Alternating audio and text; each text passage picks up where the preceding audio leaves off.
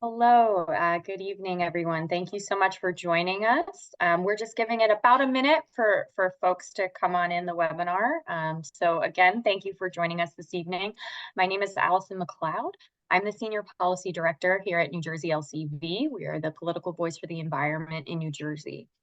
And our mission is to fight for clean air, safe drinking water, open space for recreation, and equitable access for all New Jerseyans, no matter their zip code. So as folks are coming in, just a few housekeeping items for our webinar tonight. This meeting is being recorded and we will upload it to the New Jersey LCV YouTube channel for viewing later and to share with your networks. As we're speaking, you are welcome to put any questions in the chat feature below. If you're a member of the press, we just ask that you say that when you put in your questions so we can make sure that we connect with you. And so we'll be monitoring the chat as we go, but we'll have a time to answer your questions specifically at the end of the webinar. So we will be keeping track of those. So please keep dropping those in the chat as you react to what you're hearing and seeing. But as always, anyone who has any, offensive or inappropriate questions will be removed from the event. So we just ask that you keep that in mind. And so tonight's webinar is co-hosted by a number of partner organizations that care deeply about flooding, and that includes the Association of New Jersey Environmental Commissions, the New Jersey Highlands Coalition, the New Jersey Sustainable Business Council, Pinelands Preservation Alliance, New Jersey Future, and Water Spirit. And we thank all those organizations for their commitment as well. Even as we start to gather here tonight virtually, we want to acknowledge that folks are still responding right now to the devastation from Hurricane Helene. Several hundred Americans have tragically lost their lives, and there are hundreds that are still missing as a result of this storm and its devastating aftermath. Parts of North Carolina have been just devastated. The images coming in are really shocking, frankly. Entire communities are reeling. And from Florida to Virginia, there are hundreds of thousands of Americans that are still without power, and there are communities that are struggling to get basic supplies. And to put it simply, the storm was horrific, and our hearts go out to the victims, and we continue to think about ways that we can help. And so if you are interested in that, please let us know as well. And on top of all of this, we're also keeping a close eye on Hurricane Milton, which was just upgraded to a Category 5 storm that is predicted to make landfall in Florida this Wednesday. And these kind of storms, unfortunately, are not a stranger to New Jersey. We have our own experience with devastating storms. It was somehow already over 10 years ago that we faced Superstorm Sandy and more recently Hurricane Ida, among others, that have led to loss of life of our friends and neighbors and billions of dollars in property damage. And there are communities that still have not fully recovered from these storms. And this intense weather that we're seeing, we know, is from the science that you'll hear more about this evening, is only going to get worse. What was once a 100-year storm or a 500-year storm is now happening more frequently. And in fact, we're changing the preferred language around calling them those storms so people don't think it only happens once every 500 years. But tonight, we're going to talk about what does this mean for New Jersey and what steps can we take to be prepared for what we know is coming, whether that's with statewide policy or if that's at the local level or even within our own homes to be prepared. And so I'm pleased tonight to be joined by several subject matter experts who will speak to these different issues. Our speakers tonight are the state climatologist, Dr. Dave Robinson, who will speak to some of the climate science specific to New Jersey. Jen Coffey, the executive director of the Association of New Jersey Environmental Commissions, who will be discussing some statewide regulatory efforts to protect lives and property here in New Jersey. And Bill Kibler, who is the policy director at the Raritan Headwaters and a longtime local emergency responder. But our first speaker tonight is going to be Dr. David Robinson, and we're so pleased he could join us tonight. He's a distinguished professor in the Department of Geography at Rutgers University, and he serves, as I said, as New Jersey state climatologist. He earned a doctorate at Columbia University before arriving at Rutgers, and his research areas are in applied climate, particularly in New Jersey, in climate dynamics and climate change, focused on global snow cover. He's a contributor to the Intergovernmental Panel on Climate Change Cryosphere chapter and to National Climate Assessments, and he sat on a number of climate advisory committees, including for the National Academy of Sciences and NOAA. And he's past president of the American Association of State Climatologists and has received the Lifetime Achievement Award from the American Association of Geographers, and is also a fellow of the American Meteorological Society. And so now I am going to turn it over to Dr. Robinson to share with us some of the state of the climate science in New Jersey. So Dr. Robinson, thank you for joining us. Okay. Good evening, everyone. I am going to share my screen and hopefully that will work. Can my screen be seen? We see your slides, yes. Terrific. Well, thank you, Allison, for the kind introduction. And let's get moving. I'm kind of setting the scene, if you will. I'm not focusing on New Jersey with this presentation, but you can read between the lines, and I'd be happy in later discussions later in this session to put more of a Jersey spin on it. But for now, I'm seeing my slides come up on one screen. There we go. Let's talk Helene. Helene was a major hurricane, made landfall a week ago last Friday, so in late September, made its way through the Big Bend area of Florida as a major storm with a 10 to 15-foot storm surge, and then made its way up into the southeast as a large storm space-wise and a powerful one that pulled a lot of moisture off of very ripe, if you will, warm Gulf of Mexico. And with that, you can see the sea surface temperatures in the Gulf. It's a bathtub. Those temperatures are in the mid 80s, if not a little higher in spots. The graph, the legend on the right is in degrees Celsius. This is 2-3 degrees above normal. The Gulf is normally warm, but for every degree you can warm a water body above its actual normal temperature. It gives it that much more potency to power a storm, as we're seeing right now with Milton as it makes its way through the southern Gulf on its way seemingly inevitably towards the western Florida coast. So we had warm sea surface temperatures. That allowed a storm to get very strong. It allowed the winds to pick up. That resulted in a high storm surge, and it led to copious amounts of precipitation as it made its way inland, subsequently to run into the southern Appalachians. You can see the wind field. There were tropical storm force winds all the way up into southern North Carolina, up to the Asheville area, where it's gotten a lot of attention from the record-breaking flooding. And we'll see some results of the damage of the winds in Georgia as well. First, a look at Florida. And there you can see the storms pounding the coastline, the winds that put objects up into trees, and the devastation from the storm surge along the coast. I only fear it could be worse with a landfall from Milton 2 days from now. Then we go up into Georgia. Up in the top left, people are bailing out their home on the left there. Atlanta area had upwards of 10 inches of rain.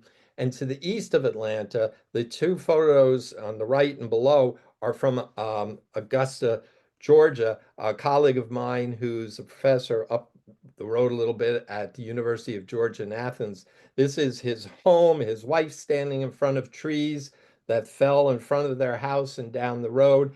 And you can see just a small part of the pile they've accumulated in front of their house. They don't yet have electricity, but they have water because the big problem in eastern Georgia was the wind, not the rain. Now we make our way up the coast and we can see the rains that fell in the Gulf in the lower part of this figure. In the top right are the rains that fell once the moisture-laden air reached the southern Appalachians.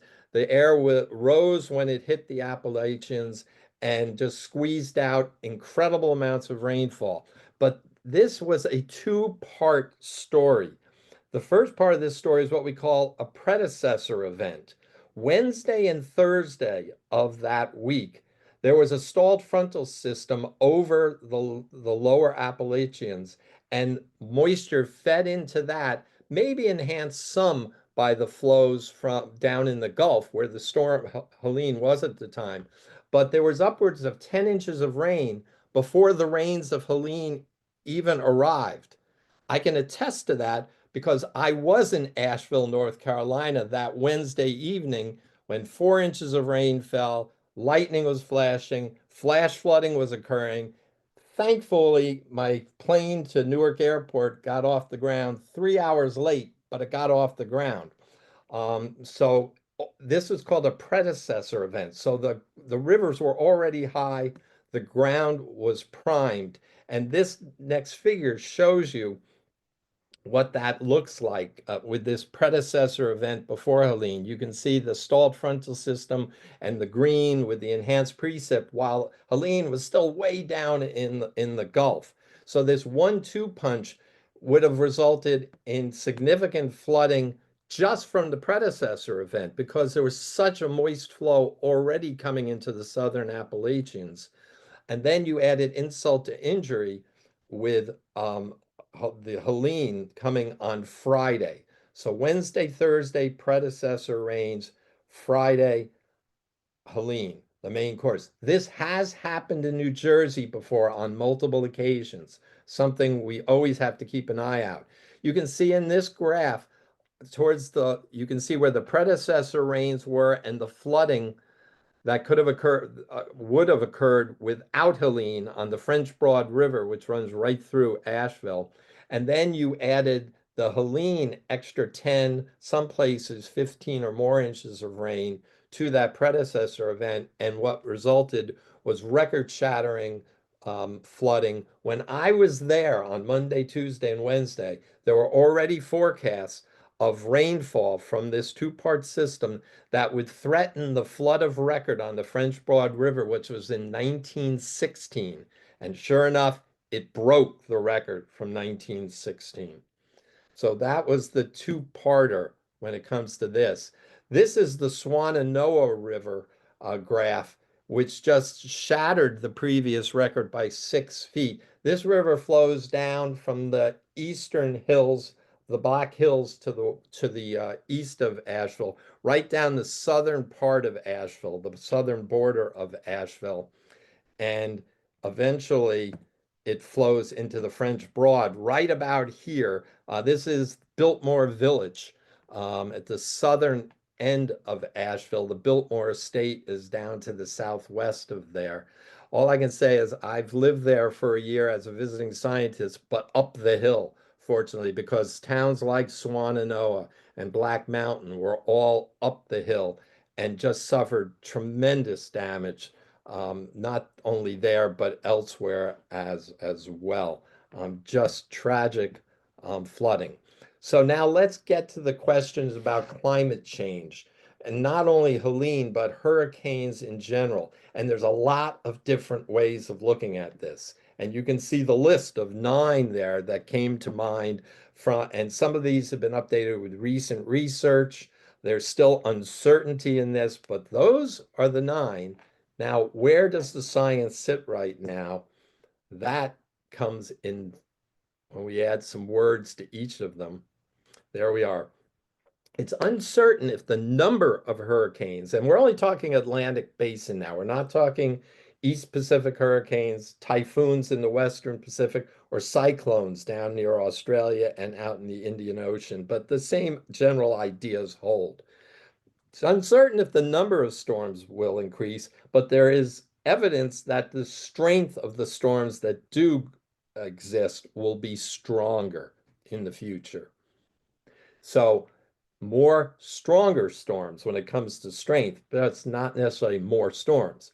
The location, we've seen storms with a poleward existence. The waters are warmer to the north in the Atlantic and they're holding on to the strength of the storm longer. Sandy did that back in 2012.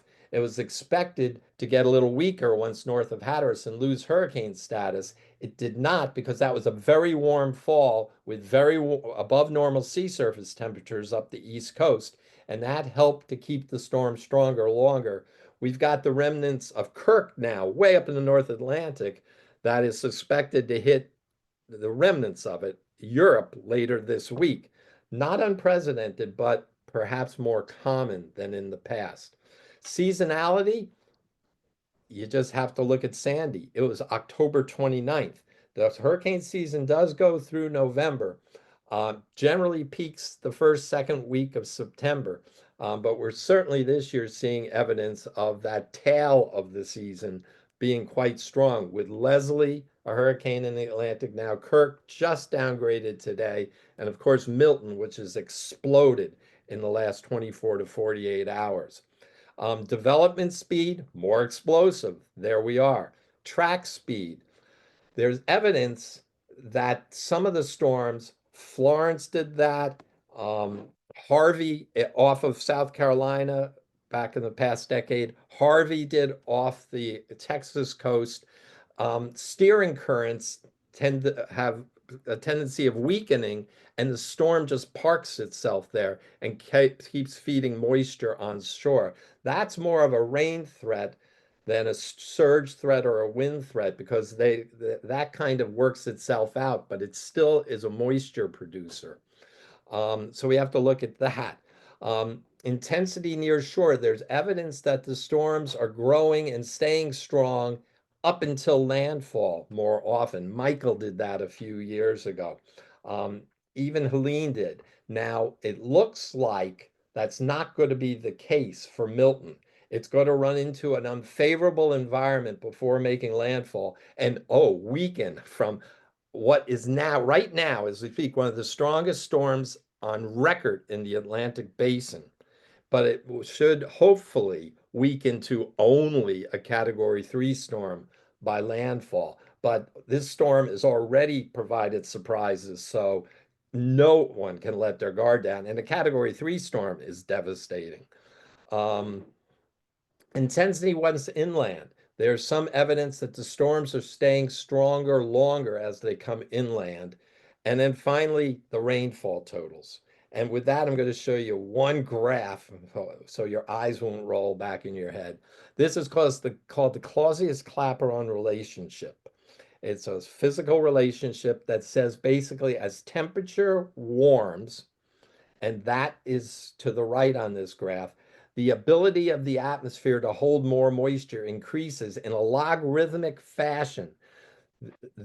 When you look around 0 degrees Fahrenheit, 20 degrees Fahrenheit, that tells you why you don't get 100-inch snowstorms because there's just not that much moisture available. But once you get up to 70, 80, 90 degrees, look at the power of the availability of moisture. So for every degree of warming of the atmosphere, degree Fahrenheit, Celsius, there's the potential of the atmosphere to hold 7% more moisture. And if you have something to trigger that, wring it out, like push it against a mountain, you can get more precipitation. So no doubt in my mind, the rainfall was enhanced from Helene in the Southern Appalachians, but it has occurred before without human impact or lesser human impacts. Camille in 1969 killed almost 300 people in the mountains of Virginia after it came ashore as a Cat 5 storm in Mississippi.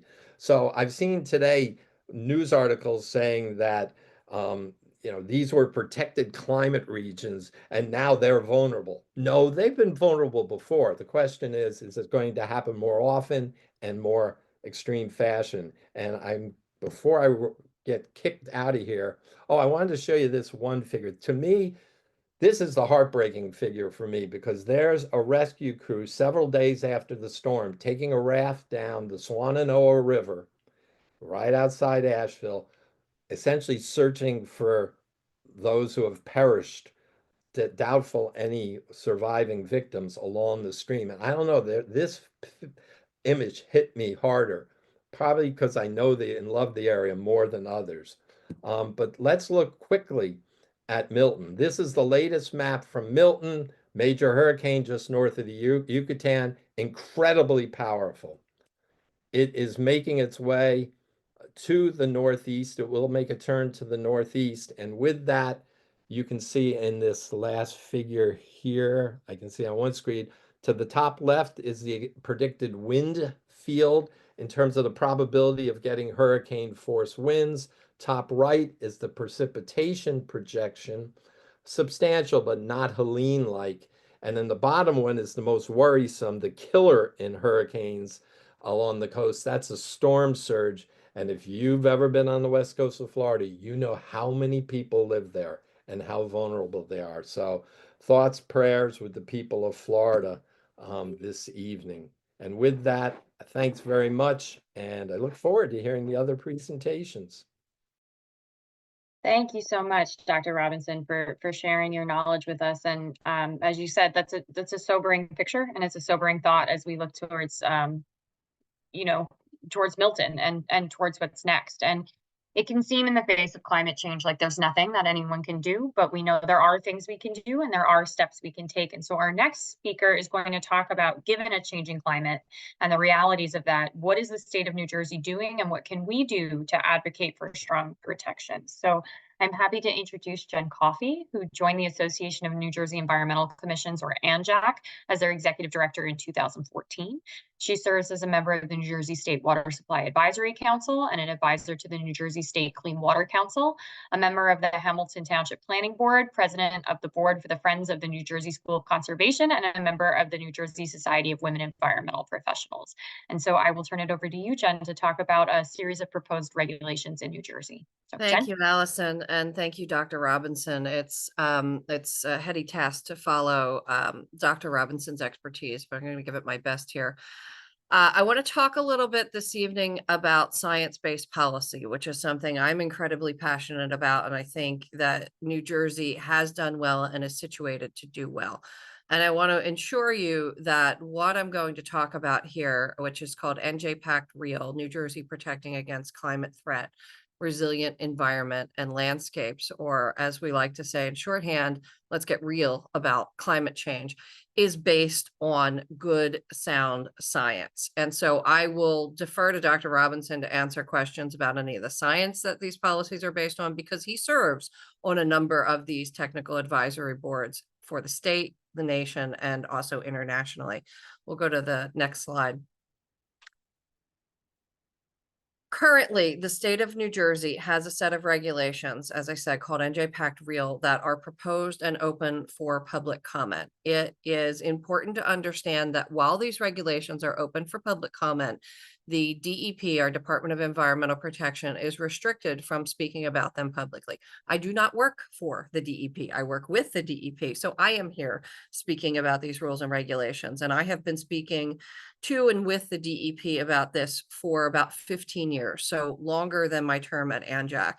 And I'm fairly familiar with the more than 1,000 pages of regulations that are currently proposed that will adjust sea level rise according to science, take nature-based environmental solutions as the primary alternative, and really prepare New Jersey in a number of ways for what is going to happen to our state because of climate change.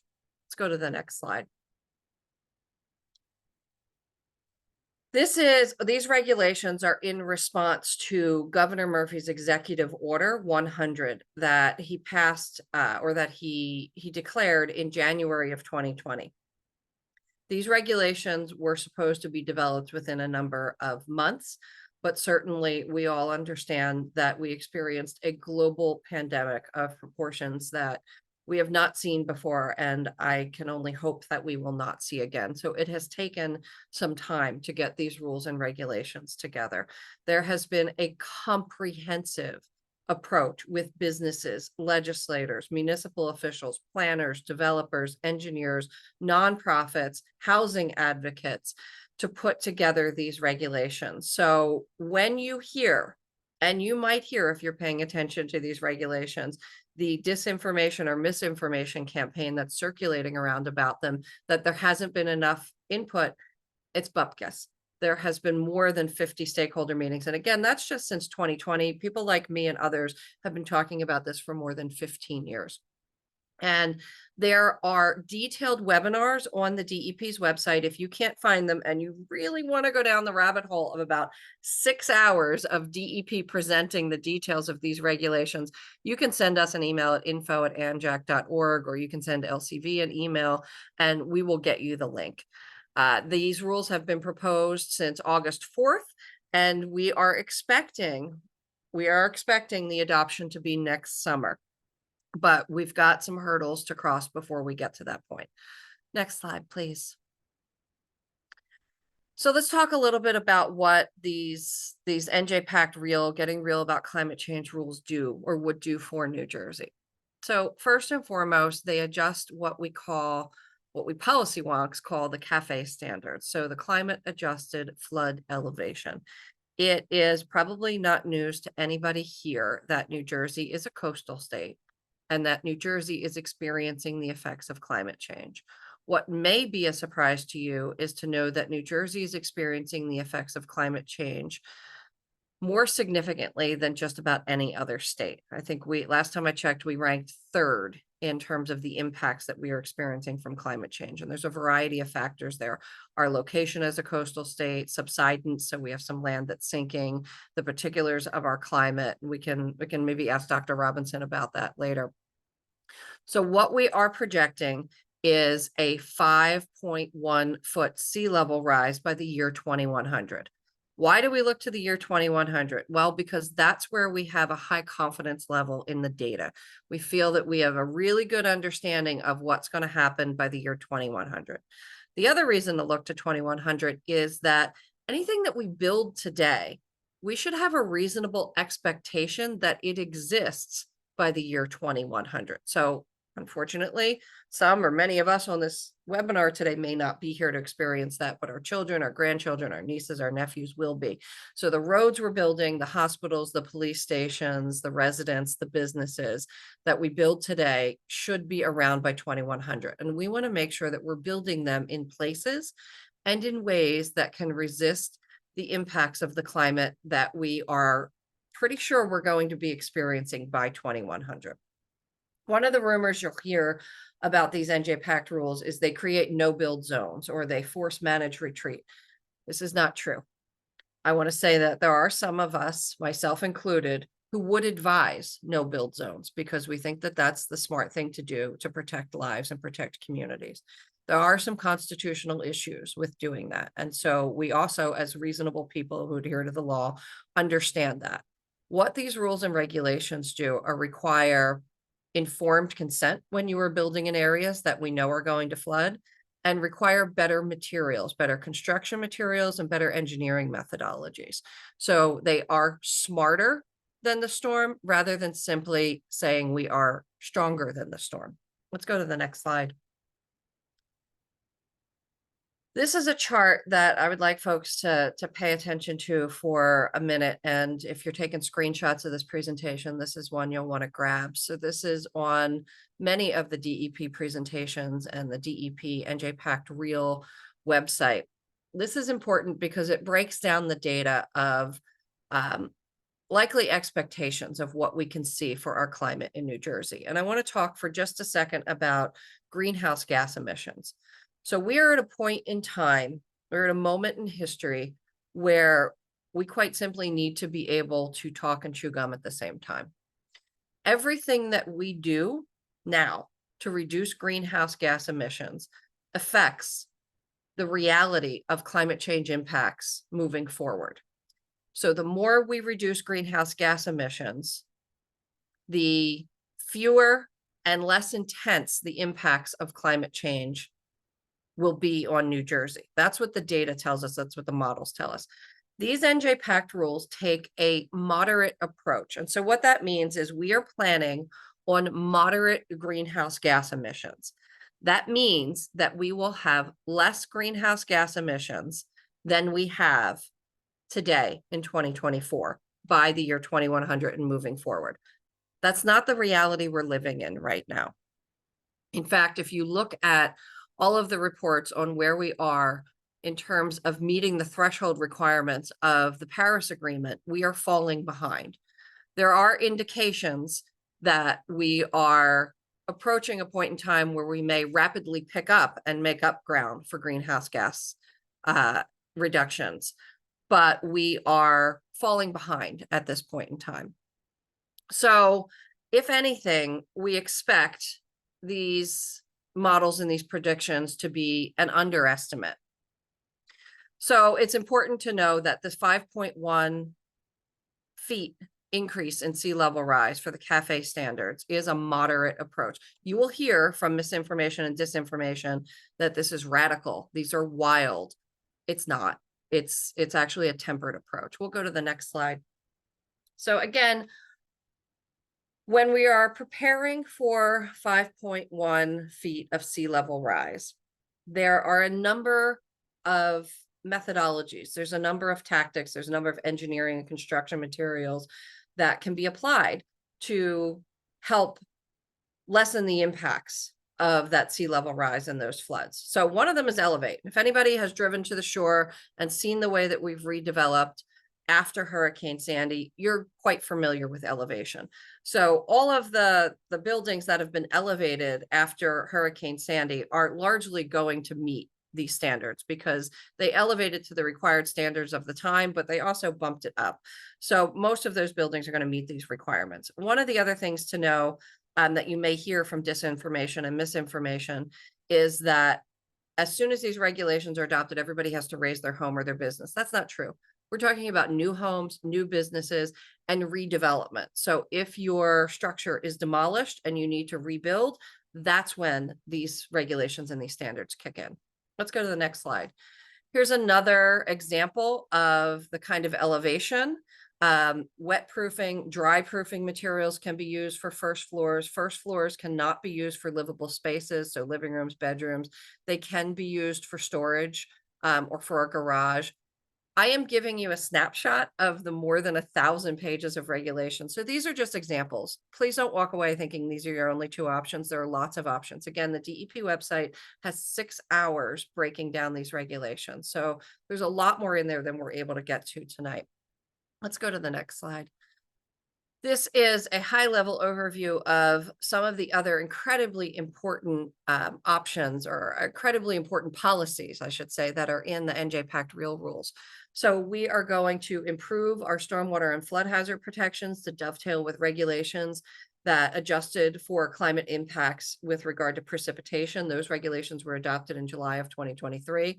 We have a nature-based solutions that are implemented in these regulations, providing for wildlife corridors and pathways. Thank you, Adrian. I see the warning. So that we are allowing for not only human adaptation to climate change, but wildlife and habitats. There are increased protections for wetlands, as some of you who pay attention to the Supreme Court may have noted that there was a Supreme Court decision that really upended protections for wetlands.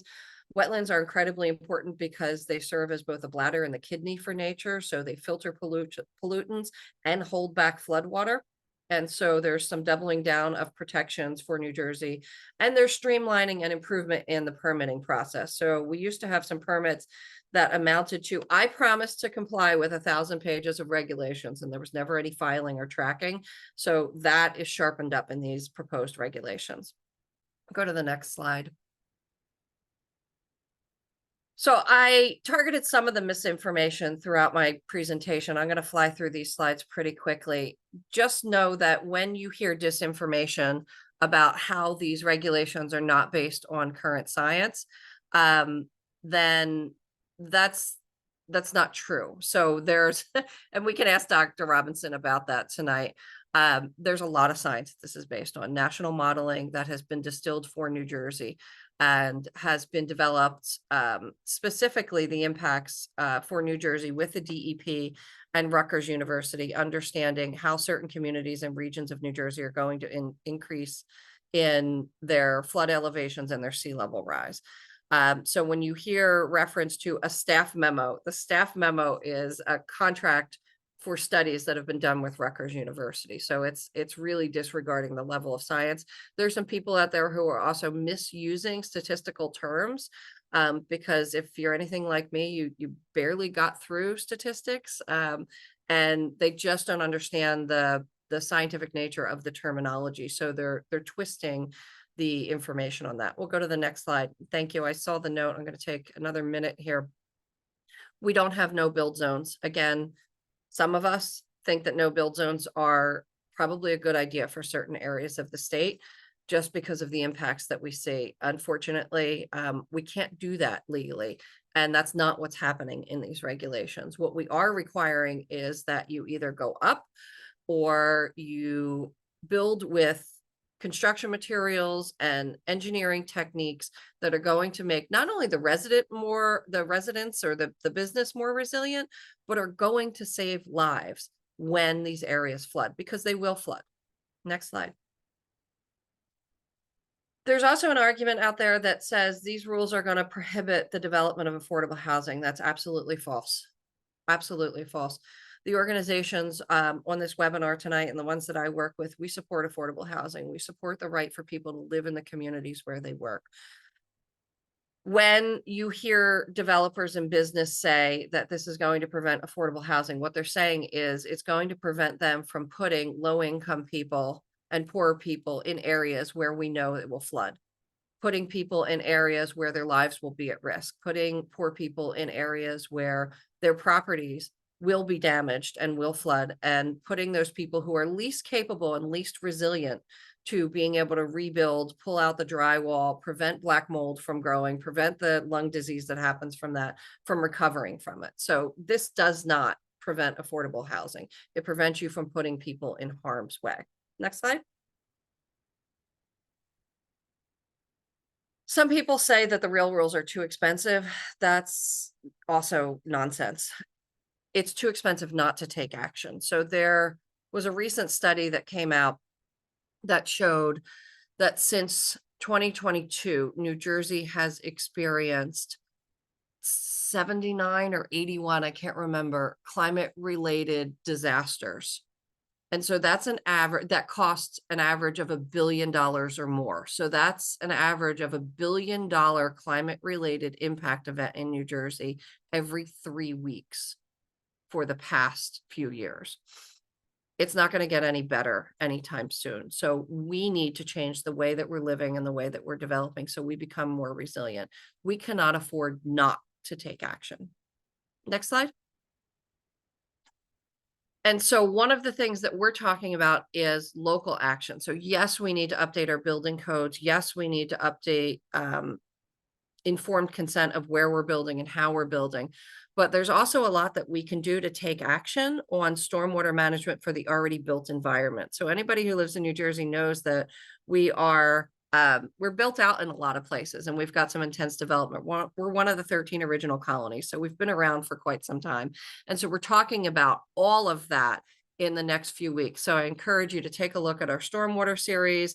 Our next session is tomorrow night. And if you have any questions on how to register, again, you can email us at info@anjec.org, and I'll put that in the chat. So thank you for the opportunity to be here tonight. I really appreciate it.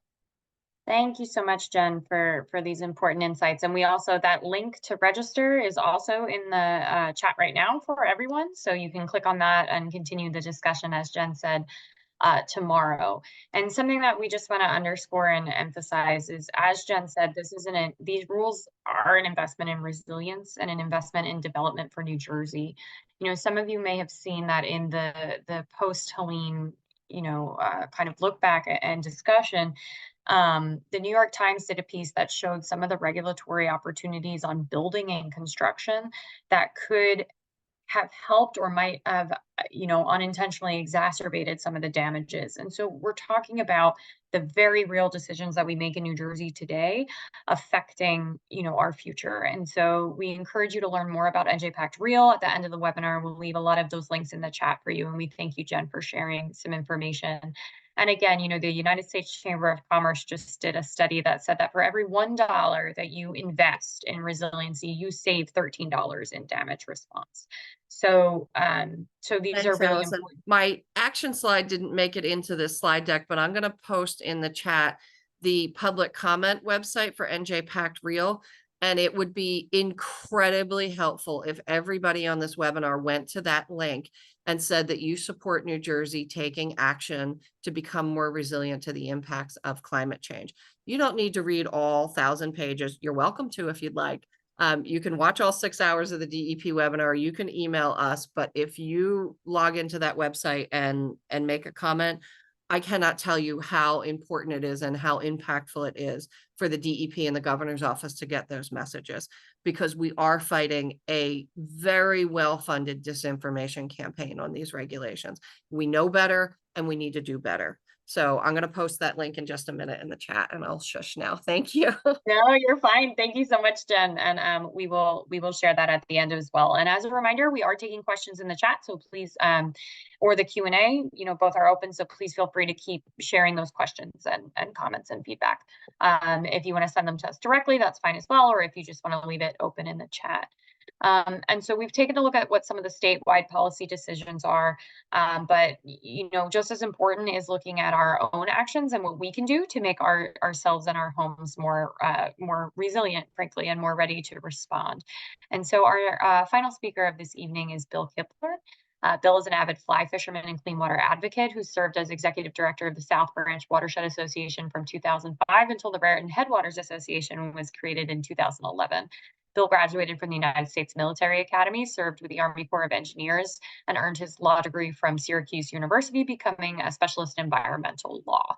He is, importantly for this discussion, the former chief of the Califon Fire Department, and he also serves on the New Jersey Highlands Coalition Policy Committee and the Raritan Basin Watershed Alliance. And tonight, Bill will be sharing some thoughts on best practices for local emergency preparedness from his experience. So I will turn it over to you, Bill. Thank you, Allison. I think most of you that are on this call that know me know that I work with Raritan Headwaters and are familiar with that. But when I'm not doing Raritan Headwaters stuff, I'm a volunteer firefighter and emergency medical technician. I've been doing that since 1980.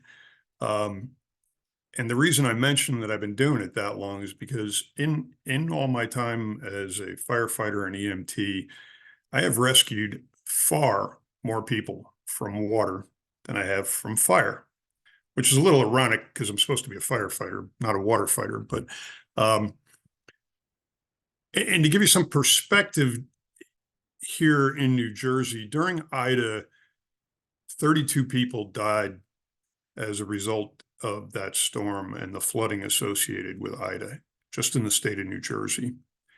In an average month, that's just one event, a few short days. In an average month in New Jersey, we lose about 4 people in fire-related deaths. An entire month, 4 people, and we lost 32 people in one event. I think that's because people kind of respect the inherent danger in fire, and maybe we don't do such a good job of respecting the inherent danger in water. And I wish we would. So that's kind of what my message is tonight. I don't know if you remember where you were during Ida. Can we go to the next slide, please?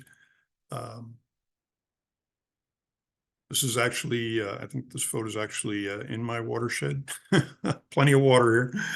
I don't know if you remember Ida. I have a very vivid memory of Ida. I spent a good portion of Ida wearing a life jacket and a bunch of water rescue gear, literally strapped to a maple tree, while myself and my fellow first responders tried to rescue a couple of young men who thought it would be interesting to try to boogie board the south branch of the Raritan River in the middle of the storm. It didn't go well for them, not at all. But after a huge effort with a lot of first responders from multiple departments, the story had a happy ending. We saved both of the kids who had just made a bad decision. And I don't always expect adolescents to make good decisions, but I kind of expect better out of adults. So here's my advice, I guess, from an emergency response perspective when we're dealing with storms, whether it's Sandy or Irene or Ida or any of the big storms. The first thing is get to a safe place before the storm hits. Make sure your friends and family are safe. If you're safe at work, stay there. If you're safe at home, stay there. If you're not safe at home, get someplace where you are safe and then stay there. Please stay put. Stock up before the storm. You don't need to be out in the middle of a storm getting toilet paper. All right. Unfortunately, I see a lot of crazy stuff. Unless you are truly essential personnel, and I'm talking about, emergency first responders, cops, firefighters, EMTs. You work for a DPW, maybe, so you got to keep the roads cleared. You work for the power company, so you're trying to get the power fixed. You work at a hospital, you're critical medical personnel, that sort of thing. Those are the only folks I want to see on the road during a major emergency like this. Stay off the roads, respect the signs that say the road is flooded, the road is closed. Yeah, that sign means you, it means everybody. During Irene, we were evacuating people from homes that were getting flooded. We were on a roadway that was flooded, and the fire engine that I was in started to float because of the amount of water we had and how fast it was moving. So I don't care if you have a four-wheel drive. I don't care how big your truck is. That fire engine is 15 tons. And if that floats, you'll float. Please keep in mind emergency responders during these storms. And everybody's good about, we're keeping you in our thoughts and prayers. That's not what I'm talking about. Here's what I'm talking about. If you go out in a storm like this, you're putting yourself in danger. And we don't want that. You're probably risking an important part of your family, and we don't want that. Emergency responders also have families. While you're sitting at home in the dark, maybe you got no Wi-Fi, your phone's not working, you may have trees down, you may have some damage to your home. I understand all that. I appreciate that very much. Remember that first responders are going through exactly the same thing, and so are their families. If I have to get out of my house at 2 a.m. to go rescue somebody during a storm, I certainly will do it. But remember that all those first responders that have to respond to those emergencies have to leave their families behind and can't be there to help them. Last thing I wanted to throw in here isn't quite as first responder related, but it's a big picture item. We need to stop building in places where first responders are going to have to rescue people once the structures are built. North Carolina, I got to tell you, has not done that. I have a very good friend of mine who's a fire chief in North Carolina. One of the issues that they've had in the Asheville area that Dr. Robinson was talking about earlier is they have a lot of homes built on steep slopes. That wouldn't cut it here in New Jersey, but they allow that in North Carolina, and they had a lot of problems with that during the flooding. Personally, I think New Jersey is moving in the right direction with the ANJEC Pact rules. So that's very good. I'm happy to see us making some progress. We need to make sure that we're keeping everybody in New Jersey out of harm's way, not just the general public, but also all of our first responders. And that's all I've got, Allison. Thank you. Thank you so much, Bill, for sharing that tonight, for sharing your experience. And Jay has put in the chat the last link on Bill's slide about how you can learn more about flood safety for your home and for your family as well. And so, we appreciate it, Bill, and we're particularly thinking now about a lot of the first responders in the North Carolina area, and some of the, challenges they're facing. A personal story of someone I know is a firefighter and just got back from North Carolina, and that was all he could pretty much say was just, keep them in your thoughts. To your point, yes, the thoughts and prayers are all some of us can do right now.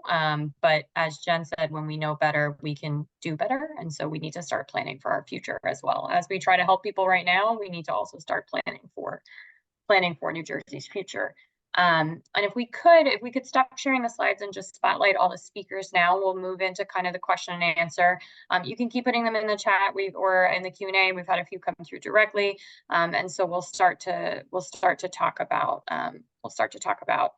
some of the next steps here in questions. I do want to just highlight too, that we talked about Ida and we talked about development and construction, and in the city of Elizabeth in the previous storm, we had 4 New Jerseyans that lost their lives during Ida.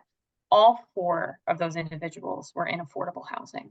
And so if that isn't a wake-up call that we need to be doing this differently to protect human life and property, I don't know what will be. And so we're grateful that we could get this information about ANJEC Pact. We're going to drop again those links in the chat at the end of the webinar for you to learn more. They have fact sheets. You don't have to read the whole 1,000 pages.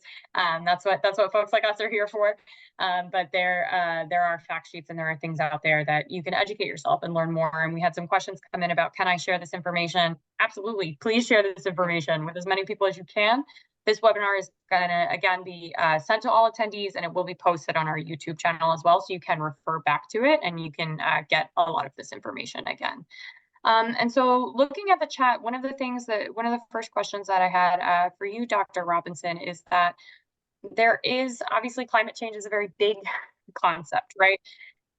And when we think about it, it's hard to parse out sometimes for the average person, but even for the science, for us, about how we know how much is from climate change and what would be like a regular cyclical event, and how do you conceptualize around a concept like climate change for New Jersey and these storms, and how is a change in climate affecting what we're going to see in New Jersey in the next 10, 20, 30 years? How do you start to talk to people about that? Yeah, it's quite the challenge because our natural climate system is very variable. We've seen this from the beginning of time. So now what we're looking for are storms, that potentially storms or events that are more frequent. Maybe they're more extreme. They may cover a broader area. I'm seeing smaller areas of flooding becoming entire basins are getting that amount of precipitation. But the fact is, these extremes, these unusual events are rare. So as a climatologist, you need a little bit of patience. You can't just take one event and say, that's it. That's all climate change. In fact, nothing is all climate change. It's just amplifying, enhancing the natural system. And there is a new area of study called attribution studies, trying to attribute what percentage of a particular event can be attributed to the human component of climate change. And it's easier for drought. It's easier for heat waves. It's a little more challenging for flooding.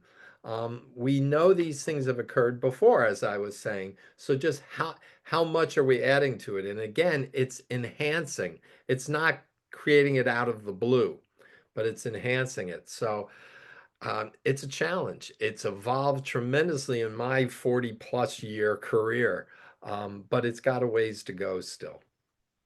Absolutely. Thank you for that. And thank you for sharing. I think, Jen, it was you that underscored before about how there is confidence in the science that we have. There might be some misunderstanding of some of the terminology, but the science is sound, right? And I just want to say everyone on this webinar, at least, wishes that wasn't what the science said. I think we all wish that there wasn't 5 feet of sea level rise coming, but I think we need to have eyes wide open and be prepared.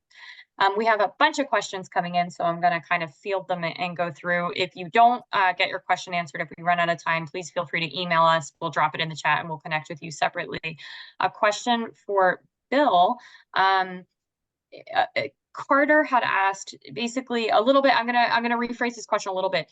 Is there training for state, county, and municipal OEMs and leadership on this information? How do they know how to address the flooding? How do they know how to get updated information? What does that look like for our first responders?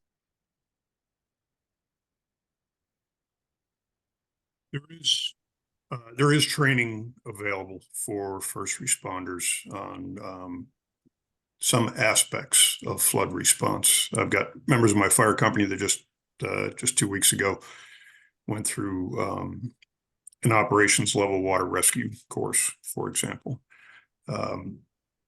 And local OEMs should have an emergency response plan for flooding as well as for snowstorms and ice storms.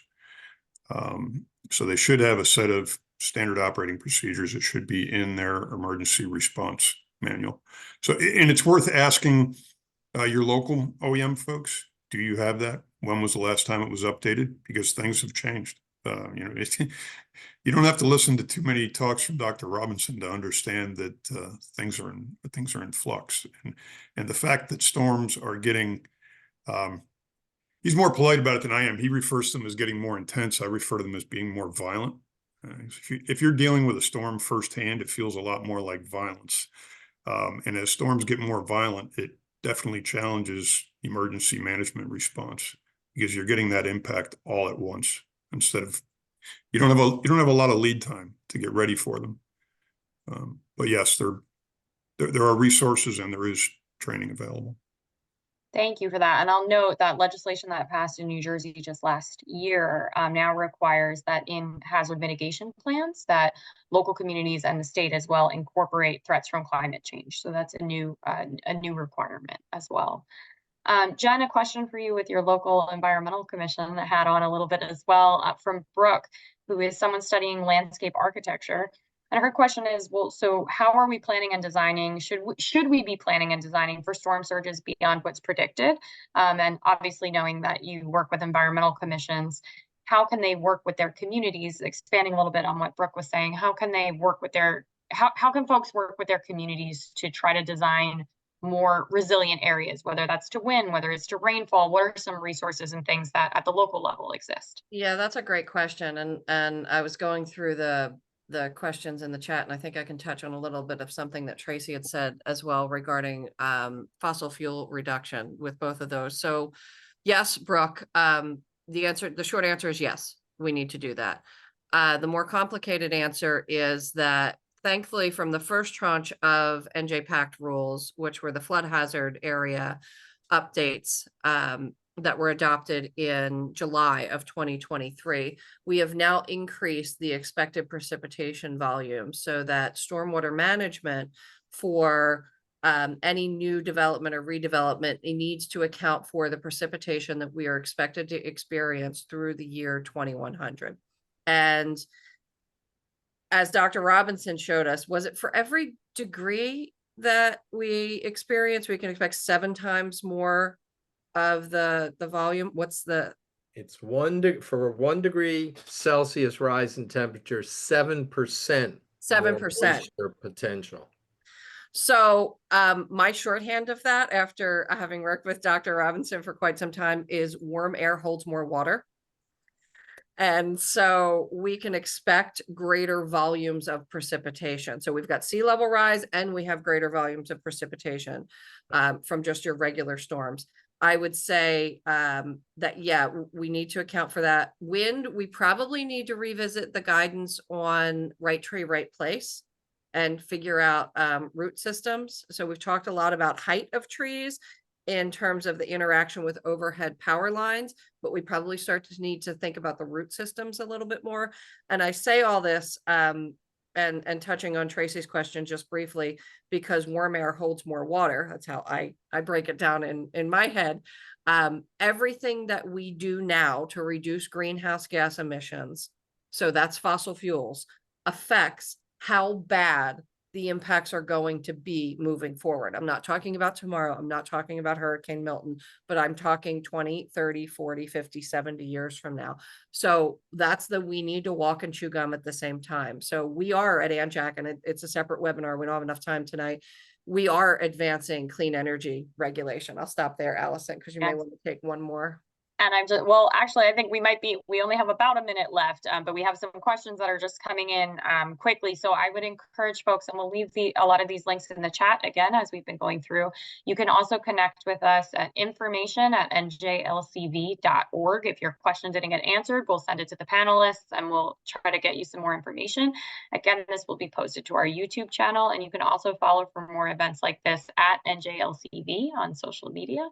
I will also again plug that ANJEC is continuing a stormwater webinar series, and the next one is actually tomorrow night. So Jen is on double duty this week. So, so thank you for that, Jen.